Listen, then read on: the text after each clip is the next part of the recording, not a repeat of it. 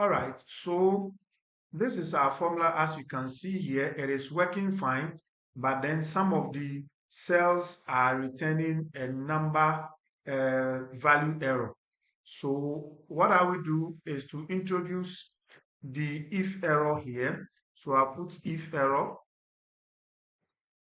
Now the if error has only two parts, the expression and then what it has to return.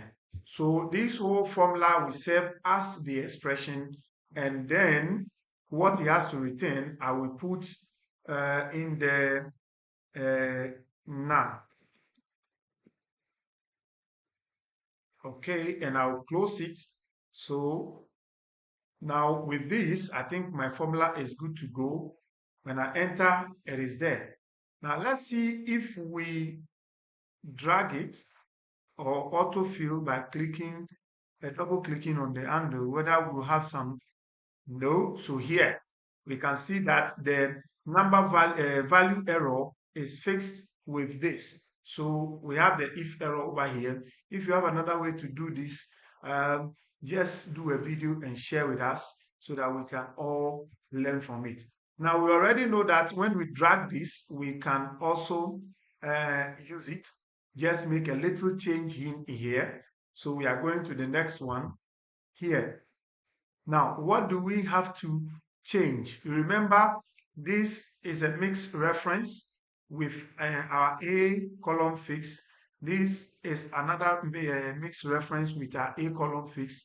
This one has no reference. This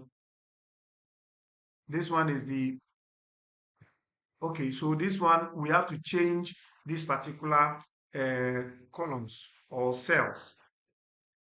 Let's go and look at it. We are looking at the urban, what base urban, what base urban. This is it. So it is in the Q column.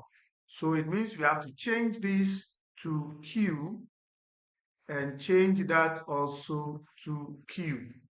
When we did, you can see that they have been properly reference, you can see they have been highlighted, which means that they have come to the party. Okay, so now that we are okay with everything, we can enter, and then boom, we have our answer here. So let's see, when we autofill this one also, what is going to happen. Okay, so where there's supposed to be the value error, they have been replaced per the formula that we use. Let's go down and see if all that is taken care of. Yes, all that is taken care of. Otherwise, we are seeing some negative values in there. What is accounting for those negative values, we may not know. But let's see, is here. All right, so we can always look at this later and see what is accounting for the negative value in there. So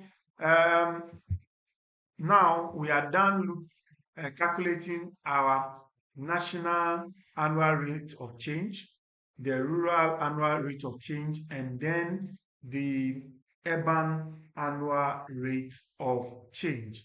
We have to go back to our slides to find out what the slides are saying about, what we have to do. So let's check it out. Let's check it out real quick. Oh, sorry. Okay, we're here. Then we're here.